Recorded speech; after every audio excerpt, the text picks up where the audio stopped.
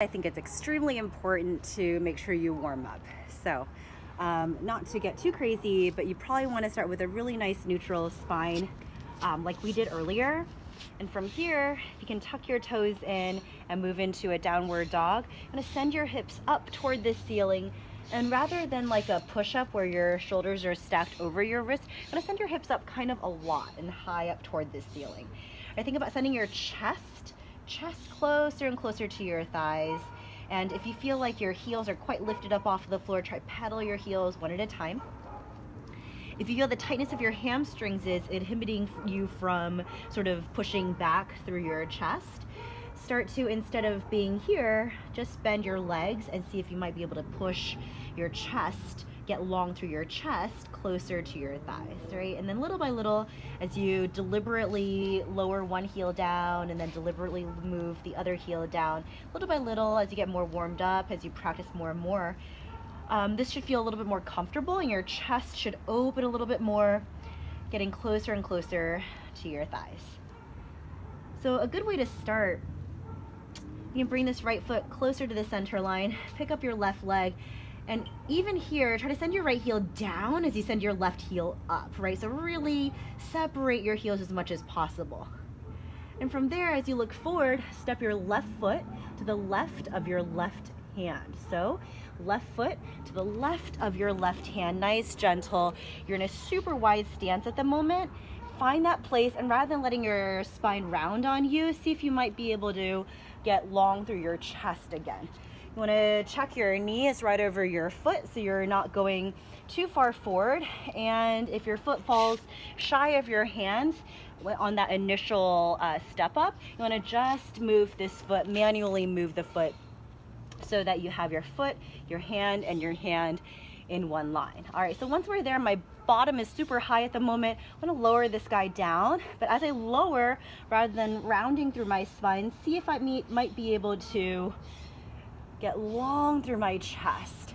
All right, so very similar to when we did cat-cow, of just finding that length through your spine and preserving that as you let your hips marinate a little bit more. And so you can do a couple rocks, forward, back, or circles if you prefer, just to get things moving. If you do a circle, you want to move the other direction as well, and again, moving quite a bit slower than I'm moving. And then once you're there, perhaps you pick up your left leg again, right? So your left leg up, just like we were earlier in the split situation. And this time as you look forward, step your left foot to the center of your both hands. And again, if it falls shy of your hands, you just want to manually pick up your foot and bring yourself into that place. Now your back foot, heel, will want to turn in. Let me move into the picture a little bit more. So you just want to be mindful of that and turn yourself square. So your right hip is pressed more forward, and still think about that long chest as you let your hips sink a little bit lower. From here, keeping both sets of toes facing forward on your mat, preserving the length in your spine, use your hands or blocks against the floor to push the floor away and lower your right heel down as much as possible as you send your left toes up as much as possible. Now your spine will naturally want to round, right? Which mine is doing at the moment. So think of where your tailbone is and sticking that straight up into the ceiling. So feel that lift, open, chest is always open, and then come down back into your low lunge. Now ideally you're not changing your distance, right, from the lunge to the straightening. You just want to do this a couple of times and actually hold it, right? So it's not a hit and run. For every one of these stretches, even when they're more of a transitional type of movement, you want to do the best that you can to at least hold 2 breaths, like honest 2 breaths, so that your body actually has time to process it, all right? So after you do, I would say at least 4 of these, right? Meaning lunge, straighten, lunge, straighten, lunge, straighten, lunge, straighten. You're now a little bit looser in your hamstrings, so you can afford to do a couple more things. So let's just, though, from here, place this back knee down to the floor, give our hamstrings a little bit of a rest, and we'll move into a quad stretch. This is kind of aggressive, but we want to stay lifted just like before. And if you want more in your right hip flexor, you want to still, again, send your hips forward, but also be aware that this right hip will want to open out toward this side. Just feels much more comfortable that way. So think of almost like spiraling your inner thighs together and encouraging your right hip to continue to face forward, right? The intention of it facing forward. And when you're in it, you'll feel exactly what I mean. So let's move on to our quad stretch. Trying to preserve a little bit of this, bring your right hand down, preserving a little bit of this length, bring your right hand down. Now from here, bend up your back leg, right? So your right leg, you can bend it. Now, it is very likely the case that your right knee will feel very, very uncomfortable against the floor, right? So rather than being right on top of your kneecap, you want to shift forward into the fleshy part of your thigh. So here, lifting up does not feel good. If I sort of roll myself forward so I can feel my skin rolling underneath my kneecap, more into my thigh now, when I pick up my back leg, I am legit on the soft part of my leg, right? So it feels quite a bit better. I've provided a little bit of cushion for myself. Check your knee is over your foot, your left knee is over your left foot, and draw this right foot close to your butt. And then take your left hand, so your opposite hand, reach for your right foot, and then wherever you are from there, bring your heel in close with your butt, right? Heel close in with your butt. Try to lift up through your chest, and then sink a little bit deeper.